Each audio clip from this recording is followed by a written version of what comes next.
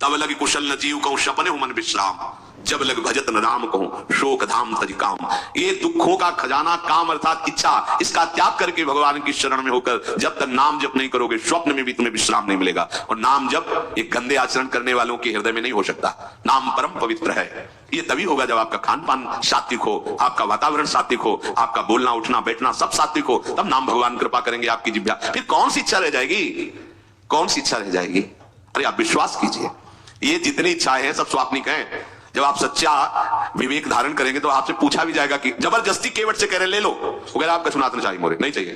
प्रहलाद जी कह रहे वरदान मांगो, हमारी आज्ञा का पालन करो, तो कह रहे हाँ आपकी आज्ञा का पालन करता हूं, हे नाथ मुझे यही वरदान दीजिए कि आपसे भी कोई इच्छा न रहे। ये वरदान मांगा कि आपसे भी कोई इच्छा। आप सोचो क्या है ऐसा भागवती का रस कि जिसको वो मिला तो भगवान से भी कह देते। और भक्त तो बड़े विचित्र विचित्र है, वो भगवान से कहते तुम्हारी इच्छा क्या है प्यारे, बोलो हम पूर्ण करते हैं। तुम्हारी इच्छा क्या है, हमारी तो कोई इच्छा नहीं, आप बोलो आपकी इच्छा क्या है, आप क्या चाहते हो, मैं कैसे आपको रिझाऊं। ये जब कामना को लेकर के मनोवृत्ति का प्रवाह संसार की तरफ होता है तब ये कामना ही हमें राग द्वेष में बांध देती है।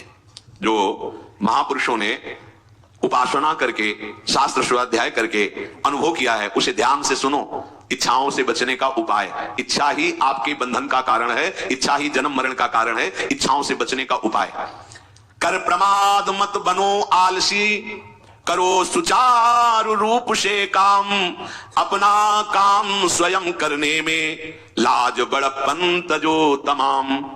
पहली बात, शरीरधारी को किसी दूसरे शरीर से अपने शरीर की सेवा तब तक नहीं लेनी चाहिए जब तक बीमार ना हो जाए, असमर्थ ना हो जाए, चाहे गृहस्थ में हो चाहे विरक्त में हो।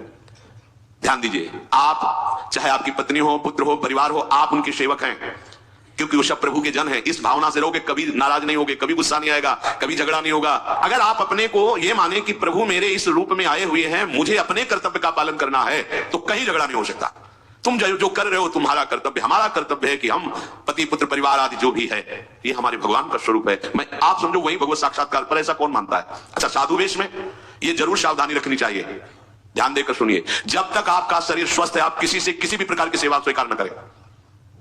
भिक्षान्न के सिवा कोई भी सेवा स्वीकार न करें। अपने शरीर की सेवा तब तक करें जब तक आपका शरीर असमर्थ नहीं हो जाता। असमर्थ हो गए तो फिर हरि ही करें आकर स्वयं, या किसी को भेज दें, उनकी बस की बात है। देखो माधवदास बाबा की लंगोटी स्वयं श्री ठाकुर जी महाराज धो रहे हैं।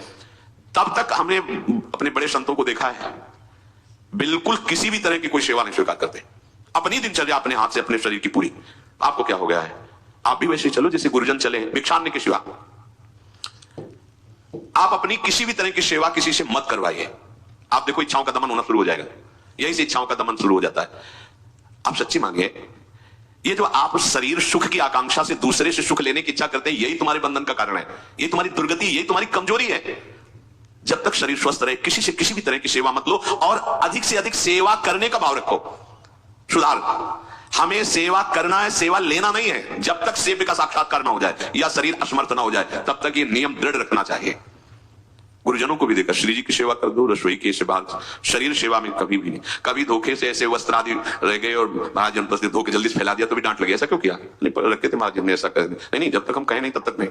आज भी सरकार अपने ही हाथ से श्री जी को भोग लगा के ही, साहब हैं पर वो अपने ही हाथ से 2 रोटी भोग बना के। देखो बुजुर्ग संतों को, बड़े महापुरुषों को हमने देखा है, अपने शरीर, जब तक शरीर में सामर्थ्य है तब तक, ये महापुरुषों का आदेश है, अपना काम स्वयं करने में लाज बड़प्पन तजो तमाम। अपना काम करने के लिए आप किसी को भी आदेश मत करें, किसी की भी सेवा स्वीकार न करें। हाँ हमें भूख लगेगी तो रोटी मांग लेंगे जाकर के, क्या जरूरत है हमें किसी की सेवा स्वीकार करने की?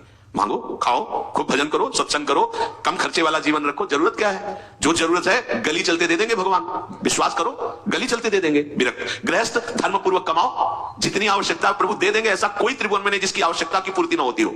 अनावश्यक तुम्हारी मांगे जो है वही तुम्हें दुख दे रही है। आवश्यक व्यवस्था सबको भगवान दिए हुई है, अनावश्यक मांग के लिए तुम्हें फिर फंसना होगा। ये तुम्हारी अनावश्यक मांगे हैं, ये हो जाए वो हो जाए, वो जो आपको जीवन जीने के लिए जरूरी है, धर्म पालन के लिए जरूरी है, वो बिना मांगे भगवान दे रहे हैं सबको। देख लो, हाँ आप कि भाई हमको उस परिकर में रहना है, उस कोर्ट से रहना है, वो सब वीआईपी, तो हमको भी उस कोर्ट का, ये मांगे हैं तुम्हारी। तुम्हारा प्रारब्ध जितना है उतना तुम्हें मिलेगा, जो आवश्यक है वो तुम्हें मिलेगा। अनावश्यक मांगे करोगे फंसोगे, अधर्म में कूदना पड़ेगा तुम्हें। हाथ पैर सब साधन प्रभु ने दिए, दया कर तुम्हें समान, फिर क्यों उनसे काम न लेते, क्यों रखते हो झूठी शान। तुम्हारी सेवा के लिए तुम्हारे पास हाथ है, तुम्हारे चरण है, तुम्हें बुद्धि दी है, दूसरे से क्यों सेवा स्वीकार करते हो? प्रभु ने दया करके उद्धार के लिए तुम्हारे पास पूरी सामग्री दे दी, उसका प्रयोग शरीर, जब तक शरीर में सामर्थ्य है तब तक। ये महापुरुषों का आदेश है। अपना काम स्वयं करने में लाज बड़प्पन तजो तमाम। अपना काम करने के लिए आप किसी को भी आदेश मत करें, किसी की भी सेवा स्वीकार न करें। हाँ, हमें भूख लगेगी तो रोटी मांग लेंगे जाकर के, क्या जरूरत है हमें किसी की सेवा स्वीकार करने की? मांगो, खाओ, खूब भजन करो, सत्संग करो, कम खर्चे वाला जीवन रखो। जरूरत क्या है? जो जरूरत है गली चलते दे देंगे भगवान, विश्वास करो, गली चलते दे देंगे। गृहस्थ धर्म पूर्वक कमाओ, जितनी आवश्यकता प्रभु दे देंगे। ऐसा कोई त्रिभुवन में नहीं जिसकी आवश्यकता की पूर्ति ना होती हो।